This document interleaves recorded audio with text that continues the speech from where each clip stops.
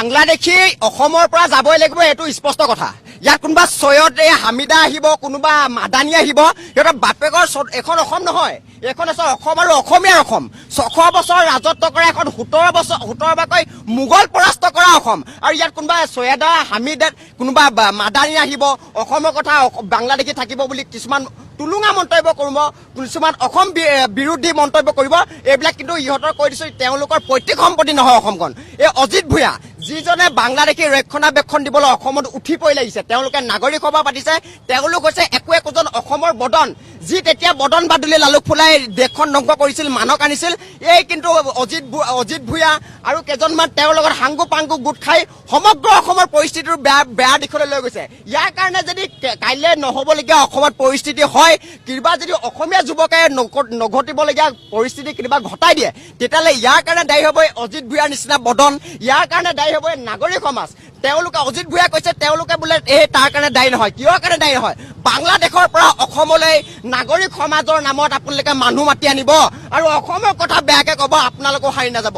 একদম স্পষ্ট কৰি দিছো, অজিত ভূঞা তেওঁৰ লগত সাংগু পাংগু যিকেইজনে কালি প্ৰেছ মিটত বহি সাংবাদিককো অপমান কৰিছে। অজিত ভূঞাটো ইমান চূড়ান্ত সাংবাদিকক অপমান কৰিছে, তাৰ কাৰণেতো তেওঁ আহিবলগীয়া দিনতো পৰিস্থিতি ভুগিব লাগিব।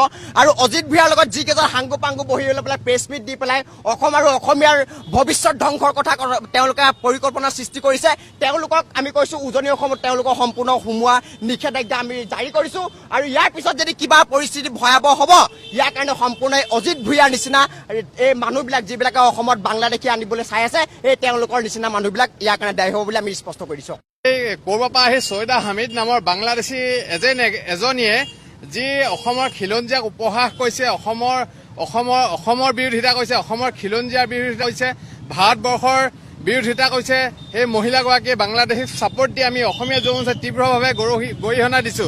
আৰু আমি স্পষ্টকৈ কৈছো, অসমীয়া যুৱ মঞ্চই এই যিগৰাকী মহিলাই বাংলাদেশী ছাপোৰ্ট দিছে, সৈয়দা হামিদ নামৰ মহিলাগৰাকীক অসমৰ মুখ্যমন্ত্ৰী ডাঙৰীয়াই ৰাষ্ট্ৰীয় নিৰাপত্তা আইনৰ অধীনত অতি সোনকালে গ্ৰেপ্তাৰ কৰক। আমি আজি অসম আন্দোলনৰ বাংলাদেশীৰ কাৰণে আজি ইমান ডাঙৰ অসম আন্দোলন হ'ল, 860 জন অসমীয়া যুৱক শ্বহীদ হ'ল, কিমান যুৱক পংগু হ'ল, কত আই মাতৃৰ বুকু সুদা হ'ল। আৰু বাংলাদেশীৰ বাবে সিদিনা কা আন্দোলন হৈ 5 জন অসমীয়া যুৱক শ্বহীদ হ'ল। এই ক'ৰবাৰ পৰা আহি এই মহিলাগৰাকী যি বাংলাদেশীক ছাপোৰ্ট কৰি টুলুঙা মন্তব্য দিছে, আমি অসমীয়া যুৱ মঞ্চই কেতিয়াও সহ্য নকৰো।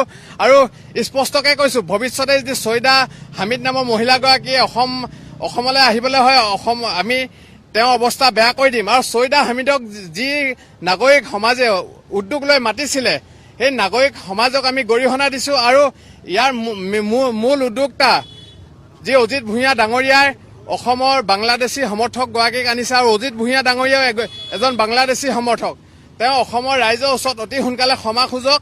আৰু আমি অসমীয়া যুৱ মঞ্চ লখিমপুৰ জিলা সমিতিয়ে স্পষ্ট কৰিছো, আৰু আমি উজনি অসমত অজিত ভূঞা ডাঙৰীয়া প্ৰৱেশ নিষিদ্ধ কৰিছো। যদি তেওঁ উজনি অসমত প্ৰৱেশ কৰে, অসমীয়া যুৱ মঞ্চৰ প্ৰবল গণতান্ত্ৰিক আন্দোলনৰ মুখামুখি হ'ব লাগিব। ইয়াৰ ফলত যদি কিবা অপ্ৰীতিকৰ পৰিস্থিতি উদ্ভৱ হয়, ইয়াৰ কাৰণে কিন্তু অজিত ভূঞা ডাঙৰীয়া জগৰীয়া হ'ব বুলি আমি অসমীয়া যুৱ মঞ্চই স্পষ্ট ৰূপে ঘোষণা কৰিছো।